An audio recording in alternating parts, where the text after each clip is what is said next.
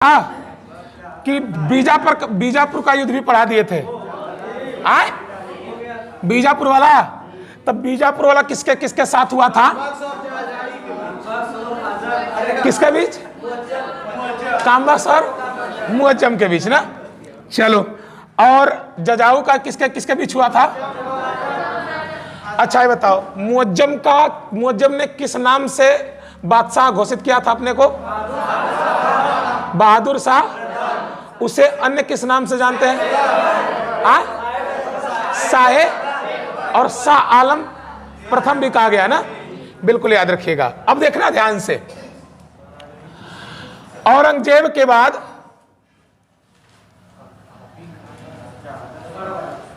बड़ा बड़ा लिखे, औरंगजेब के बाद है ना, उसका लड़का बहादुर शाह प्रथम गद्दी पर बैठा और 707 से लेकर 1712 तक ना शासन किया। और यह भी बता दिया गया था आप, क्योंकि यह अपने सभी भाइयों को मार काट के राजा बना था ना। एक भाई था इसका आजम और एक भाई था कामबख्श। अब सुनना ध्यान से, इसके भी कई लड़के थे, बहुत अच्छे अच्छे लड़के हैं। एक का नाम है जहांदार शाह। किसके लड़के हैं? बहादुर शाह प्रथम के। ठीक, पहला कौन है? जहांदार। ध्यान सुनिए, पहले कहानी सुनो, है ना, लिखते भी रहो, कोई दिक्कत ना। दूसरा अजीम उस्सान, अजीम उस्सान। ठीक, तीसरा लड़का रफी उस्सान। नाम याद करे में समय चाहिए, धीरे धीरे रटवा याद हो जाए। रफी उस्सान। और एक और लड़का था, उसका नाम था जहान शाह। लेकिन अब कितना रालों में किया जाना था ना भैया, बहुत अच्छी बात है। आ जाओ, ध्यान से देखना। अब इन सभी मतलब 712 में मैं कल बोला था कि सिख नेता बंदा बहादुर के खिलाफ युद्ध अभियान में बहादुर शाह मारा गया, मर गया, वो मृत्यु हो गई उसकी। तो अब इसमें जो सबसे योग्य शासक होगा वही इसकी गद्दी पर बैठेगा। लेकिन अब योग्यता पढ़ाई लिखाई पर नहीं है। अगर जहांदार को बनना है तो वो इनको भी मारे, इनको भी मारे, इनको भी मारे। अगर अजीम को बनना है तो जहांदार को भी मारे, रफी उस्सान को भी मारे और जहान शाह को भी मारे, तबे तो राजा बन जाए। क्योंकि पहले बाबा साहब अम्बेडकर नहीं थे, है ना। नहीं तो अगर रहे होते तो संपत्ति का विवरण किए करते कि भाई ये सब पिता के संपत्ति पर सभी का अधिकार होता है, चाहकर भी आप कब्जा नहीं कर सकते। करोगे तो कानूनी रूप से कार्रवाई होगी और उसको उसका हिस्सा दिलवाया जाएगा। सही बात है ना। तो सोच लो बाबा साहब आने से कितना फायदा हुआ भारत में। अब सुनना, जहांदार शाह ये इनको भी मार दिया, इनको भी मार दिया, इनको भी मार दिया। अगर किताबी भाषा बोले तो इसने अपने भाई को, अपने सभी भाइयों का युद्ध में कत्ल करके, मार करके, फिर वह गद्दी पर बैठा, दिल्ली की गद्दी पर। नाम क्या उसका? जहांदार शाह। 1712 से लेकर 1713 तक यह गद्दी पर बैठा, एक साल। यानी एक साल शासन किया है तो कहीं ना कहीं अयोग्य होगा, लेकिन पढ़ना जरूरी है क्योंकि 3-4 काम इसका अच्छा है। और यह जब गद्दी पर बैठा तो किसके सहयोग से गद्दी पर बैठा, है ना? उसका नाम है जुल्फिकार खां। ठीक, अब ध्यान सुनना, किसके सहयोग से बैठा? जुल्फिकार खां के सहयोग से। कौन बैठा? जहांदार शाह। अब 3-4 काम। पहला, अब राजा ये थे और पूरा काम कौन कर रहा था? जुल्फिकार खां, है ना। इसीलिए कहा जाता है कि अगर अपने आप में पावर ना होगा तो राजा बन जाओ बड़े से बड़े, बहुत जल्द ही तुम धराशायी हो जाओगे, क्योंकि रणनीति अपने दिमाग से बनाना पड़ता है ना। अगर उसमें आपके सहयोगी भी बढ़िया मिल जाए तो सरकार मजबूत हो जाएगी। जैसे मोदी जी का देख लो, है ना, उनके जितने भी एलू वैल्यू पॉइंट है बहुत बढ़िया है सब, है ना। उनका जो अप्रत्यक्ष कार्यपालिका उनके पीछे जो काम करती है वो और तगड़ी है ना। ये जुल्फिकार खां के सहयोग से राजा बना, और ये बस राजा है, सब पर ध्यान दिया। और मेन काम कौन कर रहा है? जुल्फिकार खां। ठीक है, अब सुनना, एक नंबर का अय्याश था ससुरा। एक उसी समय एक वेश्या थी, उसका नाम था लाल कुंवरी। तने सुनिया ध्यान से, लाल कुंवरी। अब जैसन नाम वैसन काम, बड़ी सुंदर है। और लाल कुंवरी को या जहांदार शाह को प्रेम हो गया लाल कुंवरी से। अब इतना प्रेम में पागल हो गया, इतना प्रेम में पागल हो गया कि एकर जितना भाई भतीजा रहना कुलहीन के अपने साम्राज्य में बढ़िया बढ़िया पद देवे लगल। तू डीएम, तू एसपी, तू फलाना, तू ढिमकवा। जनता देख के कह रही थी दिल्ली की, वाह रे पगला, वाह रे पगला।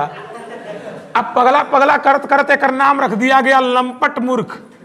क्या कहा गया इसे? तो पूछ लेता है ना बेटा, कि लंपट मूर्ख के उपनाम से किसे जाना जाता है? जहांदार शाह के करे चक्कर में पड़ल रहे लाल कुंवरी। एक बात और है बेटा, साफ बात, देखो प्रेम और हवस में बड़ा अंतर होता है। यह प्रेम नहीं है।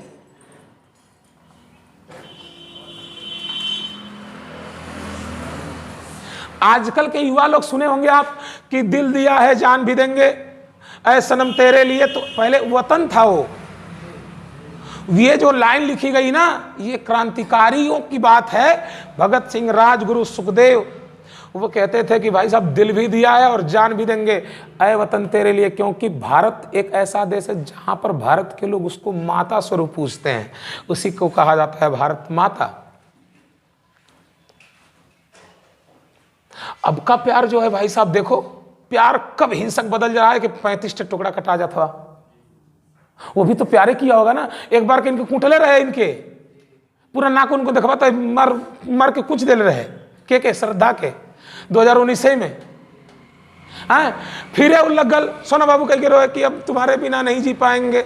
हाँ, आंत निकल के जाइए कि फंस गई लिए, अब आवा जल्दी ना बच पाई। ये फिर भगनी, हाँ, कि मैं दौड़ी दौड़ी आई, जब जब तू पुकारे, है ना, नदिया किनारे। मतलब जोड़े लेना, अगर गलती गलती हो रहा हो तो, क्योंकि हम थोड़ो शायर और संगीतज्ञ थोड़ो हैं। जो भी है प्यार का मतलब ही थोड़ो है जी। ये हार्मोन्स का खेल है। अरे ऐसा थोड़ो है कि इसकी शादी नहीं हुई है। सर प्यार जो होता है ना, प्रेम जिसको कहते हैं, वो एक उम्र के बाद स्टार्ट होता है। जैसे अभी हम लोग के माता पिता, उनका स्नेह देखिए, प्रेम देखिए। कई घर में तो ऐसी माताएं होंगी कि पता कर लेते हैं कि पूछ ले बाबू खाने की ना, तो तब हम खाई। ये भारतीय समाज में प्रेम है कि जब तक पति नहीं खाएगा तब तक पत्नी नहीं खाएगी। कुछ लोग कहते हैं भैया यहां पर महिलाओं को दबाया गया है, अरे थप्पड़ कनम के जरिए नाच परवा तुरंत। ये प्रेम है। हाँ? और अब का प्रेम तो बड़ा खतरनाक ना है जी। हाँ? अब का प्रेम तो ये है कि 12 बजे राती का दौड़ जा रहे हो तुम। बताओ ना न्यूज ना, हाँ, कि प्रेमिका के बुलाने पर प्रेमी गया घर, घर वाले ने तो कूटा बोल बरबर।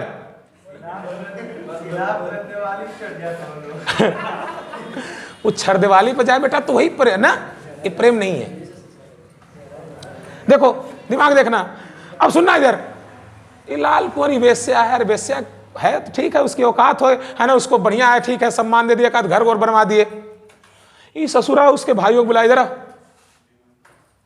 क्या करे नहीं। वो बोले कि ऐसा नहीं कि अब आ रहा है, हमारा भाई है, लेकिन तुम्हारा भाई मतलब प्रेमी है, तुम ये हमारा साला हुआ, चलो भैया डीएम, लाल कुंवरी का भाई लाल कुंवरा डीएम बन गया, मुगल वंश का, मुगल बादशाह, मुगल खानदान का डीएम। अब सुनिए ध्यान से, हाई है यही लाल एठ मर बही नहीं है, वो नाम लाल सुअरी है, कौन बात ना, ठीक है। इधर इधर इधर जी, एके बनावा, एके बनावा एकदम खतरनाक बनावा, डॉक्टर नहीं बनावा, एके बीएचयू में नौकरी करी। और जो जुल्फिकार खां था वो देख रहा था कि पगले है कहा एकदम यार, हाँ। लेकिन कहे तो क्यों कहे, क्योंकि जुल्फिकार खां की वजह से ही कौन बना था, राजा बना था। इसीलिए जुल्फिकार खां को इसने वजीर की उपाधि दी थी। किसकी उपाधि दी थी, वजीर की। लेकिन अच्छा था। अब सुनना, कुछ काम इसके अच्छे हैं, और अच्छा ना होता तो शायद 1 साल भी नहीं रहता। अब दूसरी बात सुनना, एक अजमेर के राजा है, उनका नाम है सवाई जय सिंह, जय सिंह नाम है उनका। जय सिंह को इसने सवाई की उपाधि दिया है। कौन दिया बेटा, बहादुर शाह, सॉरी जहांदार शाह। तो अगर पूछेगा अजमेर के राजा को, है ना, सवाई की उपाधि कौन दिया है, जहांदार शाह, ठीक है। एक और राजा थे बाड़मेर के राजा अजित सिंह, अजित सिंह को इसने महाराज की उपाधि दिया। किसकी उपाधि दिया, महाराज की। अब 2 क्वेश्चन तुम्हारा बन जाएगा। पहला क्वेश्चन कि लंपट मूर्ख के नाम से किसे जाना जाता है, जहांदार शाह। किसके सहयोग से राजा बना था, जुल्फिकार खां, ठीक है। इसने जुल्फिकार खां को किस पद पर बैठा था, वजीर। एक किस वेश्या पराशक था, लाल कुंवरी, बहुत बढ़िया। फिर अगर पूछेगा कि इसने जय सिंह को किसकी उपाधि दिया है, सवाई, और अजीत सिंह को किसका दिया है, महाराज की उपाधि दिया है, ठीक है। लेकिन अयोग्य था, जनता परेशान थी। अब सुनना ध्यान से, इसी अजीम उस्सान का एक लड़का था, उसका नाम था फर्रुखसियर, ठीक। फर्रुखसियर जब देखा कि ये एकदम अयोग्य है, साल भर तक झेल रहे हैं, क्योंकि खाली राजा हवा, मेन काम कौन करता है, जुल्फिकार खां, है ना। वो तुरंत किया क्या कि फर्रुखसियर, यहां पर इसके भी तो गण थे, एक का नाम था अब्दुल्ला खां और एक का नाम था हसन अली खां। उन्हें कहा जाता है खान या सैयद बंधु। क्या कहते हैं, सैयद बंधु। दोनों चढ़ौना कुल के यार, पागल इंसान राजा बना है, तू क्या कर हुआ। एक चढ़ौले से, इन दोनों के चढ़ौले से कौन चढ़ गया, फर्रुखसियर। पकड़ लो अपने बड़का पापा के, दबाई दे नटई। जब बड़का पापा साले भर में का होगी ना, मर गई ना। जब मर गए तो राजा कौन बन गया, फर्रुखसियर। अब यहां पर फर्रुखसियर का कार्यकाल होगा 1713 से लेकर 1719। कुछ वर्षों तक इसने काम किया। लेकिन यह बड़ा खतरनाक आदमी, ये तो और ही खतरनाक है, इसीलिए इसका नाम रखा गया घृणित कायर।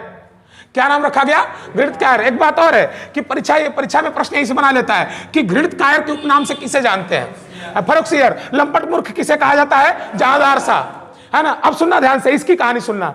ये जो राजा बना तो पहला काम इसने किया कि अब्दुल खान थे, इनको भी अपने राज्य में अधिकारी बना दिया, और जो हसन अली खान थे, इनको भी अपने राज्य में अधिकारी बना दिया। मतलब कि जो काम ये कर रहा था कि राजा है अपने दूसरे काम में लगा हुआ है, और जो उसके सेवक हैं वो क्या कर रहे हैं, राजकाज संभाल रहे हैं। देखो कितनी बड़ी बात है।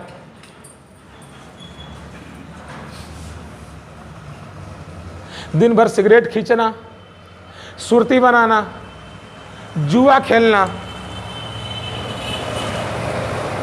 अब बतावा, ये लोग कमजोर होते कि बढ़त हम, और कब्बड़ कौन रहा है, पुर्तगाली, अंग्रेज, ब्रिटिश, सब मजबूत हो रहे हैं। ये लोग क्या हो रहे हैं, है ना। अब सुनना ध्यान से, अंग्रेज बोले जाके बंगाल में, भाई साहब हम लोगों को व्यापार करने दीजिए। ये बोला कि नहीं भैया बंगाल में, क्योंकि बंगाल यार, अब बंगाल पे बिगड़ चुका है ना। बंगाल भारत का स्वर्ग रह चुका है, औद्योगिक राजधानी रह चुका है। इनके भले फोड़ा ऐसा जगह की हथो ना पहुंच पाई, किनके, फर्रुखसियर के, है ना। ओके कहल गला असाध्य रोग, किताब में लिखा है असाध्य रोग हुआ था इनको। ऐसा जगह बोले पहुंची ना पाई, क्योंकि बताऊ ना सकत हो। और टंगरी फैला चला तो तब तक एक अंग्रेज देखा, विलियम राम का, इधर है चचा महाराजा क्या हुआ। बोले मत बोला भैया, का बताई का होगल, इज्जत का बात ही है। वो बोला कि तोहरे चाल से हम पकड़ लेते तो के का भल है ना।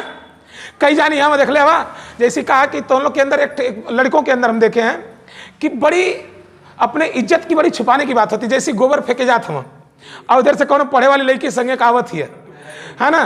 तो गोबर के भरसक प्रयास करेंगे तो सनी खेत में फेंक के वो जो खांची रह रही है ना। हाँ भैया कौन बात, हाँ भैया, हाँ देखो नहीं होता ऐसा, इनके बारे में समझ में आला ऐसा होता कि नहीं होता। अरे काहे का इज्जत, वो गोबर ना देख ले लगता है ना ऐसा।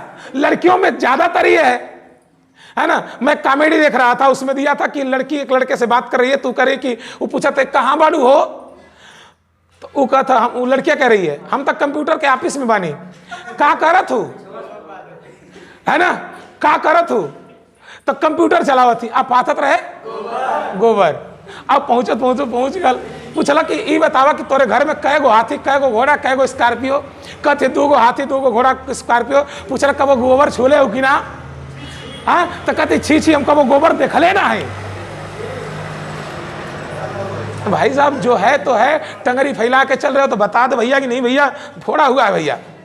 वो तुरंत अंग्रेज फर्स्ट क्लास का लगाया एंटीबायोटिक, एक दिन में सही अंग्रेज भैया ज्यों सही वही ना। लोग यही कहते हैं ना कि भारत में विदेशी सामानों की मांग इसी तरह बढ़ी। जब फ्रिज आया, अरे बाप रे बाप, जिसके घर फ्रिज कूलर ऊपर आया आदमी, अब फ्रिज क्या कर रहा है, सीएफसी निकलवा के ओजोन परत को छेद करवा रहा है, ग्लोबल वार्मिंग का कारण बन रहा है। बड़े लोग ही विनाश का कारण बन गए, है ना। कई लोग तो इसलिए नाक फुला लिए, हमको फ्रिज ना दिले, हम खिचड़ी ना खाई। चच्चा ना दिले हम तो बहुत बढ़िया, तो के जहर से बचावत हम। और फर्स्ट क्लास की भारत की परंपरा रह चुकी है कि मिट्टी के बर्तन में पानी रखना, वहां से पानी पी लो। एसी आ गया, अब एसी का मजा लेने शुरू हो गए लोग। तो जब तुम मजा लोगे तो भोगेगा कौन, है ना। अभी बेचारा फोड़ा पर सही हो गया, बड़ा खुश हुआ, बोला इधर आओ, कहा चाहिए, बोला जौन चावा जौन मांगत हुआ वो मांगला, दे दे, आज खुश सही दिल खोल के। बोले काम करिए सर ना, बंगाल का व्यापार करने का अधिकार दे दीजिए। बोले बस, तुरंत लिख दिला कि लाभ जौले मन कर पहले बंगाल में व्यापार करा। बोले कुछ चाहिए, कर जौन मन करे तो दे दा। कल 3000 रुपया देव जैसे ना होला तो उन लोग क्यों अगर मांग दिला कि भैया इतना पैसा चाहिए, तो लोग जौन मन करे तो काहे के उसका कीमत दो, काहे के हम कहें कि जौन मन करे तमन कीमत होती है ना। बंगाल के व्यापार से अब कमाएंगे तो राजा को भी तो टैक्स जाना चाहिए 3000। लेकिन इतना ये पागल इंसान था, इतना पागल इंसान था, है ना, कि फ्री में खूब लुटा रहा था, खूब लुटा रहा था, है ना। तो 1719 में फिर इसकी हत्या कर दी गई और राजा बना रफी उर दरजात और रफी उद्दौला।